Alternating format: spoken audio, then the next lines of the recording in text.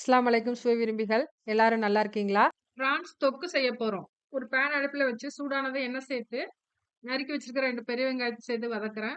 இஞ்சி பூண்டு விழுது 1 டேபிள் ஸ்பூன் சேர்த்து, பிறகு 1 டீஸ்பூன் ஜீரகம், 2 டீஸ்பூன் மிளகு நல்லா வதக்கிட்டு, ஆற வச்சு ஒரு மிக்ஸி ஜார்ல சேர்த்து ஃபைன் பேஸ்ட்டா அரைச்சு எடுத்துக்கோங்க. ஒரு மண் சட்டி அடுப்புல வச்சு சூடானது எண்ணெய் சேர்த்து, எண்ணெய் காஞ்சதும் பெரிய வெங்காயத்த பொடிசா கட் பண்ணியிருக்கேன். அத போட்டு நல்லா வதக்குங்க. பிறகு ஒரு கைப்பிடி அளவு கருவேப்பில, காரத்திற்கேற்ப பச்சை மிளகாய், ஒரு 5, 6 பல் பூண்டு சேர்த்து, 2 தக்காளி பழம் நறுக்கியது சேர்த்து எல்லாத்தையும் நல்லா வதக்குங்க. இப்போ மஞ்சள் தூள், காரத்திற்கேற்ப மிளகாய் தூள், மல்லித்தூள் இது எல்லாத்தையும் சேர்த்து நல்லா வதக்கிட்டு, நம்ம மிக்ஸியில அரைச்சு வச்சிருக்க விழுதையும் சேர்த்து நல்லா வதக்குங்க. பிறகு கழுவி சுத்தம் பண்ணி வச்சிருக்க எறாவ இதோட சேர்த்து நல்லா கிளறி விடுங்க. கொஞ்சமா தண்ணி சேர்த்துட்டு, உப்பளவு பார்த்து அட்ஜஸ்ட் பண்ணிக்கோங்க.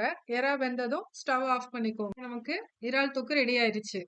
என்னோட சேனல மறக்காம சப்ஸ்கிரைப் பண்ணுங்க.